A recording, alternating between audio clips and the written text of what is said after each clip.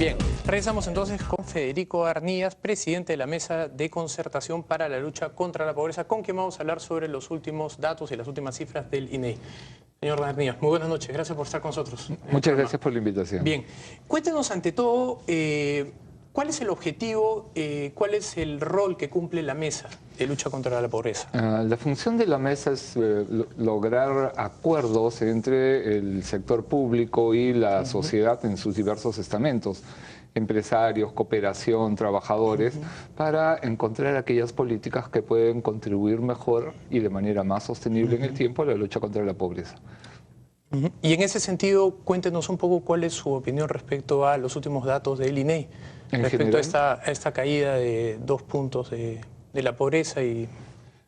Mire, una cosa que creo que es importante es que una mirada de largo plazo, lo que muestra en el caso peruano es que efectivamente tenemos una interesante combinación entre crecimiento económico y reducción de la pobreza. Creo que esa es una primera constatación. De la mano con eso, creo que la segunda constatación es que hemos tenido políticas públicas que han contribuido tanto a la parte de crecimiento como a sostener, digamos, determinados bienes y servicios públicos que son claves en una comprensión más integral de la pobreza. Las cifras de las que hablamos normalmente tienen que ver con la pobreza monetaria, pero esta es solamente una expresión o un tipo de pobreza. La pobreza tiene varios rostros y varias expresiones y por tanto hay que mirar otras dimensiones de la política que son importantes para reducir la pobreza. Y creo que esa mirada más integral es la que nos parece clave, ¿no? Sin duda. Me hace recordar un trabajo del economista del Banco Mundial, Surjit Bhaya, que es un estudioso de la pobreza, que dice que, bueno, finalmente todos estos marcos multidimensionales siempre se pueden monetarizar para hacer más fácil la medición, ¿no? Y sin embargo, hoy día lo que está planteándose en el debate a nivel internacional es que las expresiones monetarias de la pobreza no son suficientes para dar cuenta de esta complejidad y más bien está habiendo una corriente que impulsa a mirar aspectos diferentes de la pobreza porque tienen que ver con aspectos diferentes de la manera de tener éxito en enfrentar las causas de la pobreza. Correcto. En ese sentido, el MIDIS, una de sus principales tal vez virtudes es que está trabajando con un modelo que es multidimensional. Ellos están trabajando con incluso una población distinta a la que miden las cuentas de pobreza y pobreza extrema, ¿no? Es la población en proceso de inclusión. Que corresponde al grupo de población donde se combinan, digamos, mayores factores de, para decirlo al revés, de exclusión, ¿no?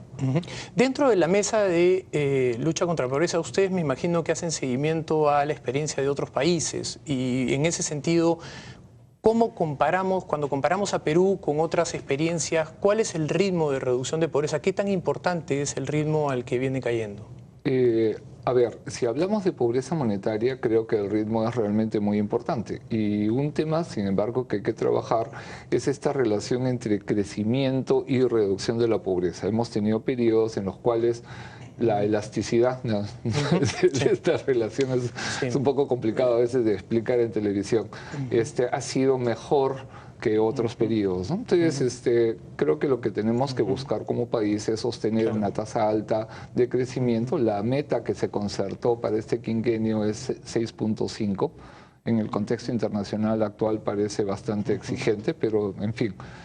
Si logramos sostener una tasa media alta de crecimiento económico y de la mano con eso buenas políticas públicas que complementen y permitan atacar diversas dimensiones de la pobreza, creo que podremos lograr una mejora sustantiva, ¿no? Sí, sin duda. Y sostenible, porque ese es el otro tema, ¿no? Sí, la elasticidad, bueno, es la relación que hay del impacto de una variable en otra, ¿no? En este caso, del crecimiento en la reducción de pobreza y revisando elasticidades a nivel global, la de Perú parece ser una muy importante, es una relación bastante fuerte, tomando incluso en cuenta que nosotros tenemos una línea de pobreza que es un poco más alta que la del Banco Mundial, ¿no? Por lo tanto, si usamos la del Banco Mundial, digamos, tendríamos un mayor impacto, ¿no?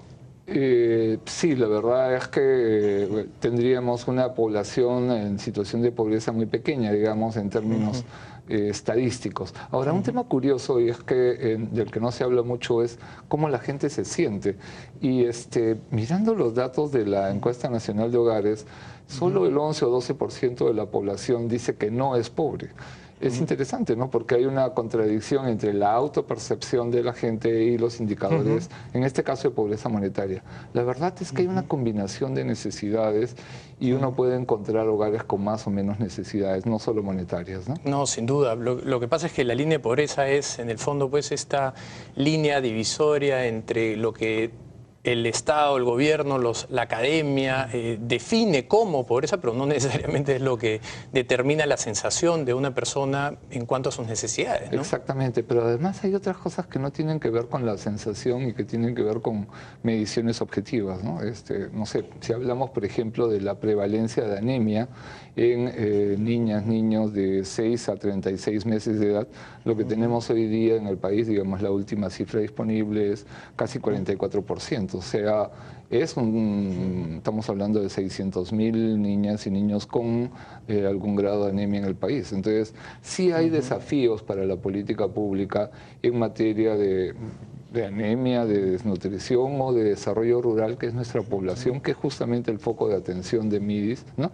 La población con mayores niveles de pobreza y más baja participación en el mercado en general, ¿no? Ahora, algo importante de este nuevo desarrollo, digamos, de programas sociales, es esta idea de trabajar con experimentos, ¿no? De experimentar en el campo y medir los impactos de diferentes formas de trabajar, de pequeños programas y ver cuál es el que mejor funciona para poder poner mayor cantidad de recursos donde mayores impactos se pueden lograr, ¿no? Sí, y creo que eso es una experiencia interesante. Fíjese que en el país quien hacía eso tradicionalmente era el sector de ONGs. Yo diría que era una especie de capital de riesgo, ¿no? En este caso, digamos, o por donantes privados nacionales o internacionales. Y creo que hay un conocimiento importante, parte de él se está recuperando para la definición de políticas públicas y la mesa justamente lo que hace es eso, recupera la experiencia del sector público y del sector privado empresarial o el sector privado sin ánimo de lucro en la perspectiva de construir mejores propuestas de política pública. Eso es lo que llamamos el seguimiento concertado, ¿no? Correcto. Respecto a la desigualdad, las últimas cifras del INEI también muestran una leve caída. Bueno, es mucho más complicado reducir la desigualdad que la pobreza, ¿no? Sí. Ahí la elasticidad, digamos, es mucho menor, ¿no? ¿Por qué es algo sobre lo cual no hay un consenso, digamos, entre los analistas a nivel local? Porque hay permanentes declaraciones por parte de analistas que dicen que efectivamente la pobreza se está reduciendo, pero que la desigualdad es muy alta. Y a nivel latinoamericano tenemos la segunda, tercera desigualdad más baja. El coeficiente de Gini que está publicando el INEI está vinculado a las encuestas de hogares y están vinculados a ingresos o gastos que refleja la encuesta. Pero la encuesta tiene algunas restricciones para reflejar los ingresos más altos. Entonces, en ese sentido, si bien hay una tendencia en la información que recoge el ENAO para mostrar que, digamos, la desigualdad se ha reducido, de todas maneras es alta y no refleja toda la desigualdad en el país. Entiendo que hay un trabajo... Conversamos con alguien del INEI y nos comentó que era cercano al 15, al 20% la dispersión, pero igual en el estudio contrario, donde le achacan el 100% al nivel socioeconómico A, no sé por qué, igual la tendencia es pronunciada. O sea, lo importante es medir ahí las tendencias, ¿no? Sí, lo que sucede, y ahí quizás creo que eso es una de las tareas que tenemos como país, es recuperar algunas herramientas de análisis. Entiendo que en la Universidad Católica estaban haciendo una evaluación, digamos, una lectura desde el punto de vista de la distribución del ingreso nacional. Y al incorporar ese tipo digamos, ese nivel de análisis, lo que aparece es que la desigualdad de todas maneras es alta. Ahora, una cosa que hay que saber es que el crecimiento nunca es por igual en todos los sectores. O sea, empiezan algunas ramas que crecen más rápido que otras o algunas regiones que otras. Entonces, Es normal que un escenario de crecimiento se generen desigualdades. De allí que el rol del Estado sea más importante para evitar que esas desigualdades se produzcan, reducir las brechas, ¿no?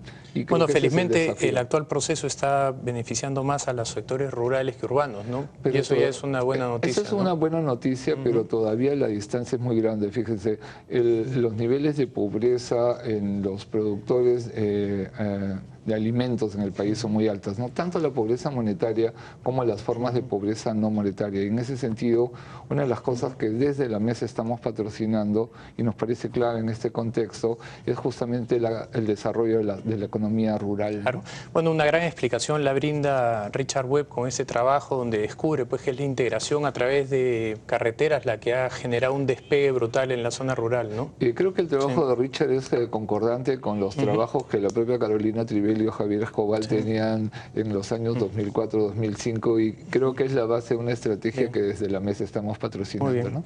Le agradezco mucho su presencia. Gracias a Bien. ustedes. Bien, vamos nosotros a una pausa final y regresamos.